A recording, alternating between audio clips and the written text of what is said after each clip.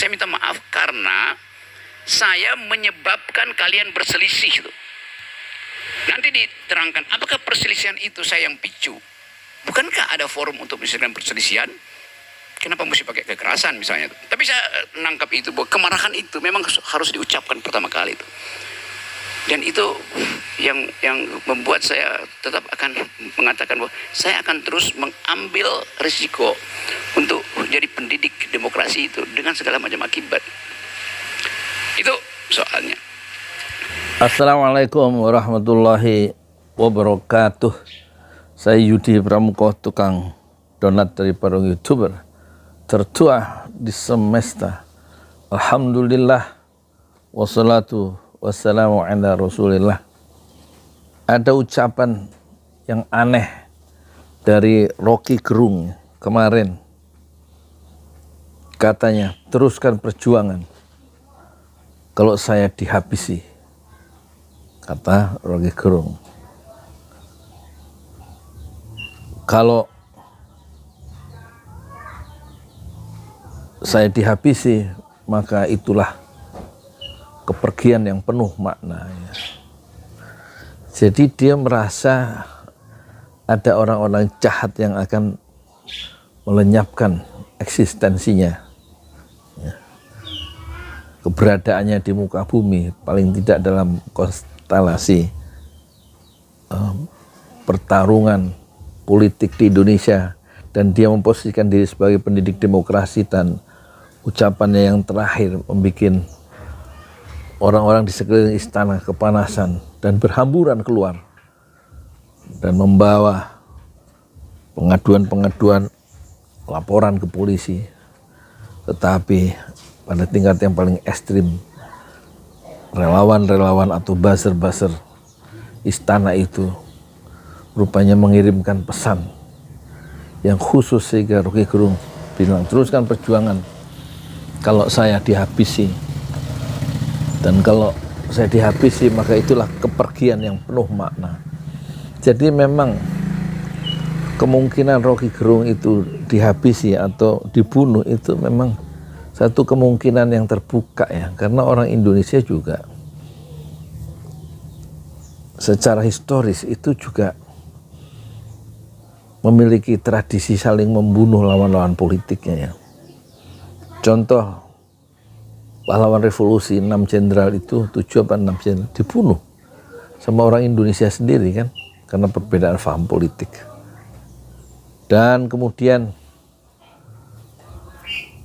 dalam usai geger September 65, 66, 67 terjadi saling bunuh, perang saudara. Dan menurut perang saudara antara orang Islam membunuh orang Islam, atau orang Indonesia membunuh orang Indonesia sendiri, karena perbedaan paham politiknya antara Islam dan komunis.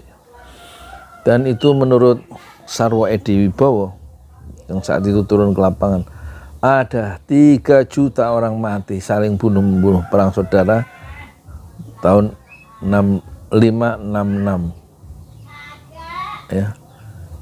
Jadi kalau kemungkinan Rocky Gerung itu terbunuh atau dibunuh, itu sesuatu yang mungkin ya, karena pikiran-pikiran Rocky Gerung itu ternyata merobek ya tesis-tesis orang yang sedang berkuasa, tesis-tesis pemikiran mereka, dan mereka terganggu karena tidak bisa melawan secara intelektual pikiran-pikiran Rocky Gerung ya.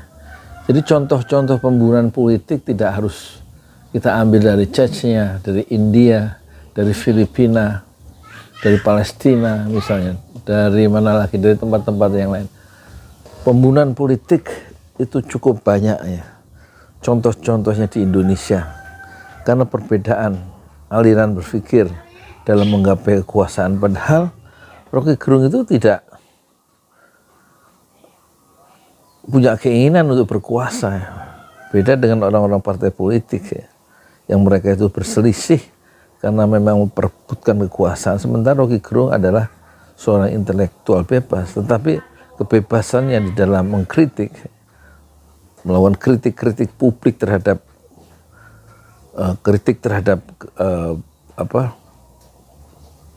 kebijakan-kebijakan presiden yang mempengaruhi jutaan orang, itu ternyata mencemaskan ya para pendukung-pendukung kekuasaan, terutama relawan. Dan tampaknya dari relawan itu, dari buzzer itu yang tampaknya mengirimkan ancaman untuk melenyapkan Rocky Gerung dari muka bumi. Ini tentu tidak kita kehendaki ya. Ucapan-ucapan yang keluar dari Rocky Gerung yang dia bilang kalau saya dihabisi maka kepergian saya adalah penuh makna, itu betul-betul satu ucapan yang didorong, didrive berdasarkan ancaman yang dia terima mungkin dari telepon gelap itu. Dan tentu kita ungkapkan sekarang, tentu untuk mengantisipasi perbuatan jahat itu tidak terjadi. Seorang filsuf pragmatis, katakan saja begitu, menurut istilah Dr. Syahganda Nainggolan, filsuf pragmatis yaitu Rocky Gerung, tapi saya lebih menyukainya Rocky Gerung sebagai filsuf harokah ya. Filsuf gerakan yang berusaha membongkar ya, melakukan perubahan-perubahan secara pembongkaran terhadap konsep-konsep yang palsu atau dipalsukan oleh para politisi, itu betul-betul dihalau ya. Kabut yang menutupi istilah-istilah yang membelenggu pikiran, membelenggu hati nurani, sehingga orang itu menjadi beku dan hidup dalam ketakutan di bawah sebuah rezim. Itu bisa dihalau ya. Makna-makna yang palsu itu dicerahkan kembali oleh Rocky Gerung dengan konsep-konsepnya yang asli yang dia kuasai, dan kemudian dia perkenalkan kembali kepada publik, dan publik merasa tercerahkan dan kadang terkejut ya, oleh narasi atau oleh refleksi filosofis dari Rocky Gerung, sang filsuf harokah itu. Dan ini kepalsuan-kepalsuan yang diciptakan oleh para politisi atau oleh media mainstream itulah yang kemudian mereka merasa terbongkar ya. Manipulasi secara linguistik itu yang membuat mereka cemas ya. Kejahatannya terbongkar sejak dari konseptual ya, sejak dari pikiran mereka, dan mereka kemudian mengirim pesan ya, pesan-pesan yang mengerikan terhadap Rocky Gerung, sehingga Rocky Gerung berkata apa perkataannya? Teruskan perjuangan kalau saya dihabisi, katanya. Dan kalau saya dihabisi, maka itulah kepergian yang penuh makna. Kenapa penuh makna? Karena dia sudah berjuang di jalur yang dia pilihnya, yaitu sebagai pendidik demokrasi. Itulah Rocky Gerung yang kini berada dalam pasal-pasal di kepolisian yang akan menjeratnya masuk bui, atau kalau tidak masuk bui, dia akan dimasukkan ke dalam peti mati. Saya Yudi Pramuko, tukang donat dari Parung YouTuber, tertua di semesta Fasbir Sobrun Jamil. Bersabarlah dengan kesabaran yang indah. Assalamualaikum warahmatullahi wabarakatuh. Di jalan Allah. Ini Masjid Enam Syuhada lagi dikunjungi sama Ketua Hilmi. Modal awalnya berapa Pak Yudi Pramuko? 750.000 rupiah aja. Jadi ini 500 jutaan nih barang. Sekarang udah habis 310. Masya Allah, tuh udah pakai keramik, laponnya tinggal. Granit tuh kayak marmer. Tuh. Masya Allah nih, sampai juga kita ke sini. Masjid Enam Syuhada, ngapa namanya Masjid Enam Syuhada Ya, Pak Yudi? kita mau mendokumentasikan perjuangan dakwah nama anak muda pengawal Habib Rizik Syihab itu. Masya Allah. Yang dibunuh sama orang jahat di kilometer 50. Kilometer 50 ya. Itu kan simbol memperjuangkan dakwah itu kita harus memberikan segalanya untuk Islam kan ya, untuk Masya dakwah Islam. Allah. Dan nama anak muda itulah yang sudah memberikan segalanya untuk Islam. Masya Allah. Apa nanti nama pemuda itu ada juga di sini mungkin diterahkan? Mungkin namanya 6 syuhada. 6 syuhada Iya, itu, 6 syuhada dipasang di sini, 6 syuhada. Bip Ali, apa yang dikomentarin dari ini semua, Bip Ali? Masya Allah, luar biasa. Dari uang 700.000, kalau pengen ternyata bisa.